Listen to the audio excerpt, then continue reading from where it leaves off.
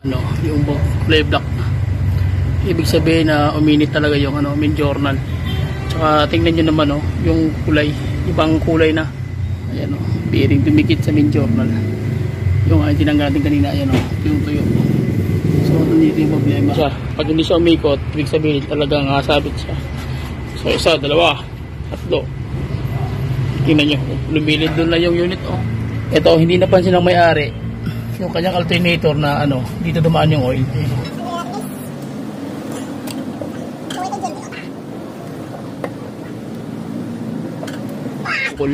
So ito matama, ito yung tumatama dito sa kanyang ano, wag diyan hydro to.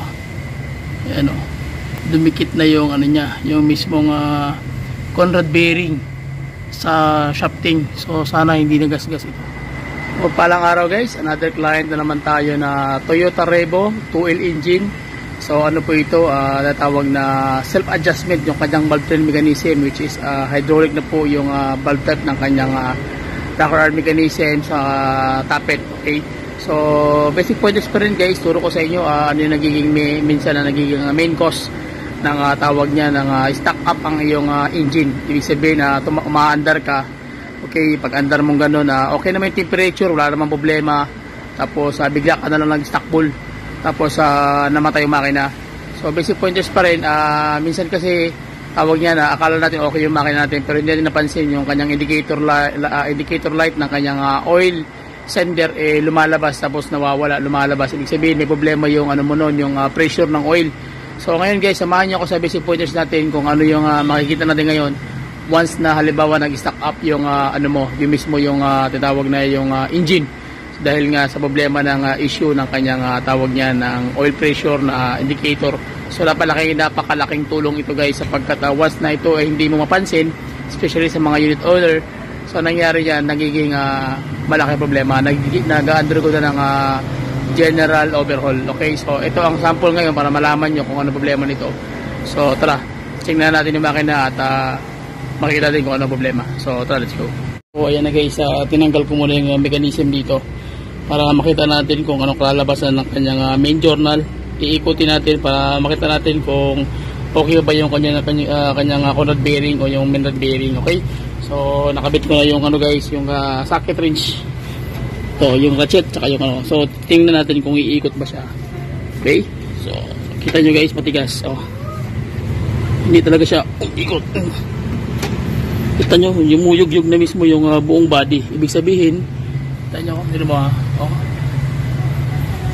gumagalaw, di ba? Ibig sabihin, stack up. Okay? So, stack up yung kanyang main journal. Ibig sabihin yan guys, may sabit. So, anong gagawin? So, ito ang problema. Dahil general overhaul ang tawag dito. So, undergo for general overhaul yan guys. So, bakasin natin para makita nyo kung ano yung magiging problema sa loob nito. Either Conrad bearing, main rod bearing, main journal, may tama. So malalaman ito yung mayan pag nabuksan natin. Okay, so at least nakuha niyo basic pointers kung paano nyo malalaman kung halimbawa nagkakaroon ng oil ano, o indicator yung kanyang ano, yung pinakatakore-takore, yung pinakanyang oil gauge. Okay, so at oil pressure gauge pala, sorry. So yun ang problema guys. So ngayon, ang naging issue din nito is ito, hindi napansin ng may-ari yung kanyang alternator na ano, dito dumaan yung oil. So nakasalpak na yan ganun, tapos biglang nag-release. Kita nyo naman, dapat yan ano yan kasi naka-crimp yan pero tingnan nyo naman yung nangyari. Bubunutin ko, nabubunot na ng kamay. So ang nangyari dito, dumaan ang lahat ng oil nya from ano, sa engine lahat. High pressure yan, so hindi napansin, tumatakbo siya, wala na siyang oil, kaya yun, stack bull.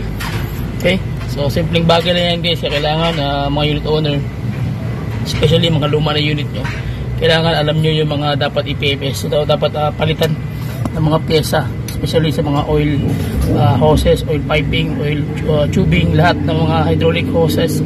So kailangan chine-check nyo yan, papalitan nyo yan. Okay, so dahil maliit lang na bagay ito, pero malaking problema ang ibinibigay sa unit. General overhaul. Okay, sige. Pakasin ko muna para makita nyo kung anong lalabasan ito. Sige. So, ayan na guys. Natanggal na natin yung 20% ng makina. So, ang gagawin natin ngayon, Papakita ko sa inyo kung yung sasabi natin na ano siya tawag yan, yung sumabit mismo yung main journal. So ibig sabihin may problema yung main journal ito. So tingnan nyo guys, 3/4 na tong ano natin, tawag yan yung power source natin, yung power. So check natin kung iikot ba siya. Pag hindi siya umikot, ibig sabihin talagang sabit siya. So isa, dalawa, tatlo. Tingnan nyo, lumilid doon lang yung unit. Kita nyo yan?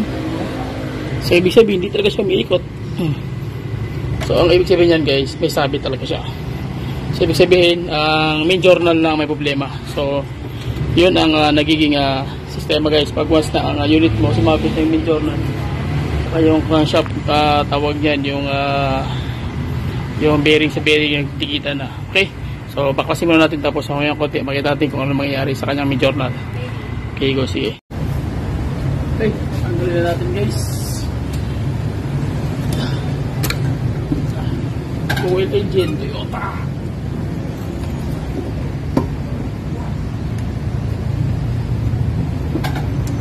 Wah, bigat. Okay. So far, para naman yung liner. So ito na yung gasket niya.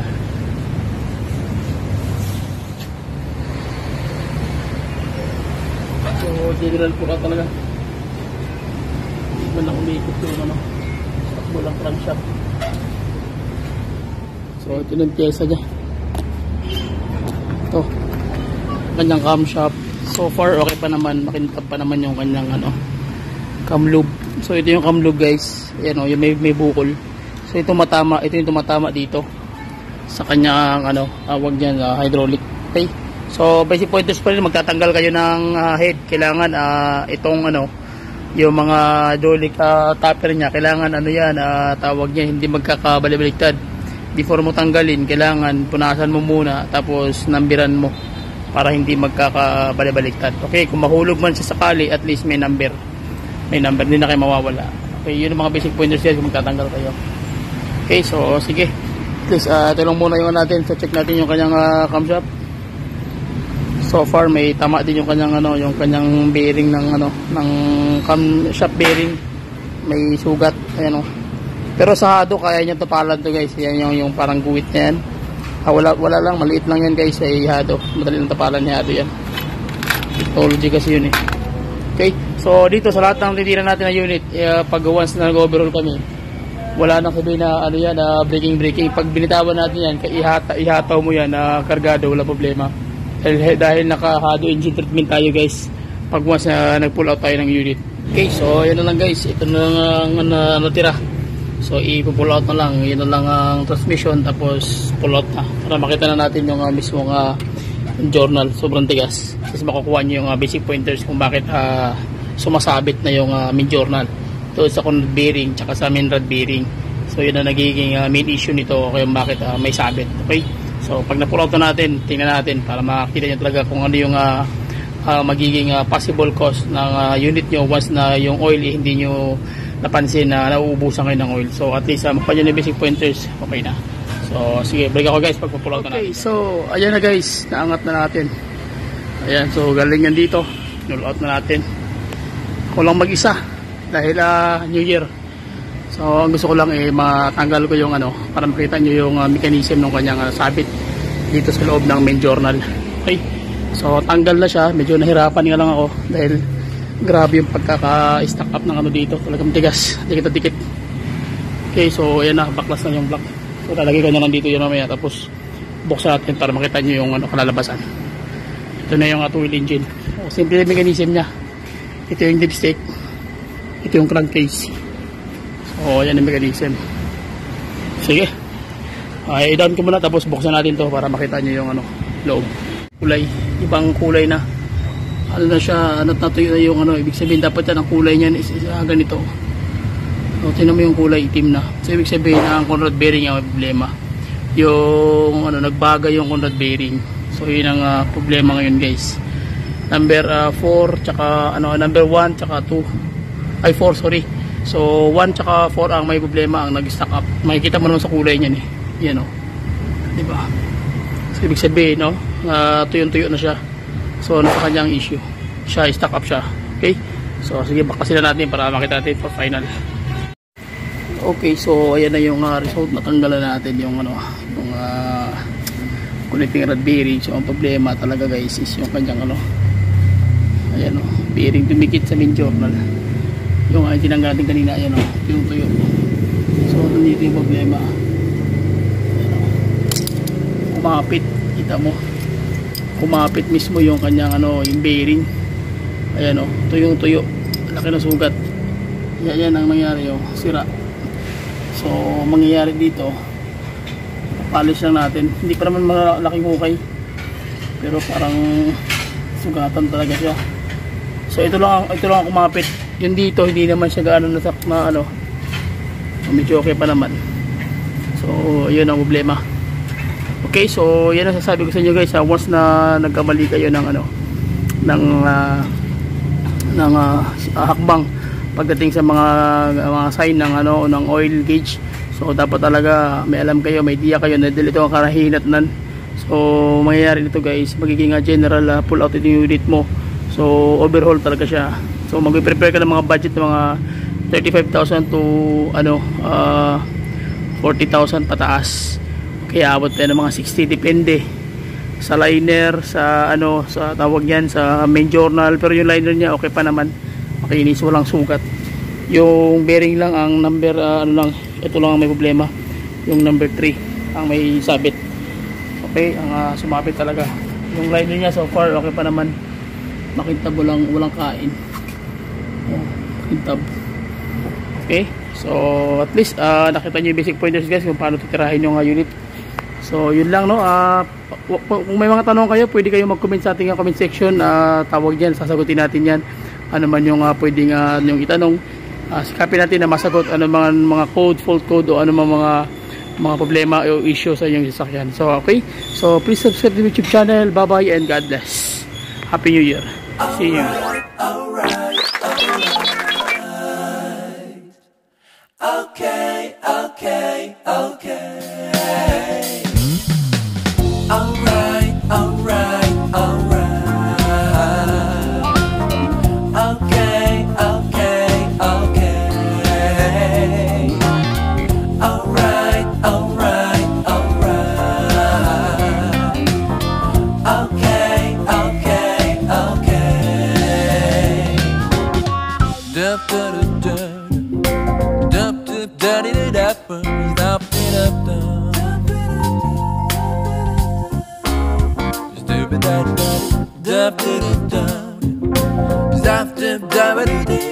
Dub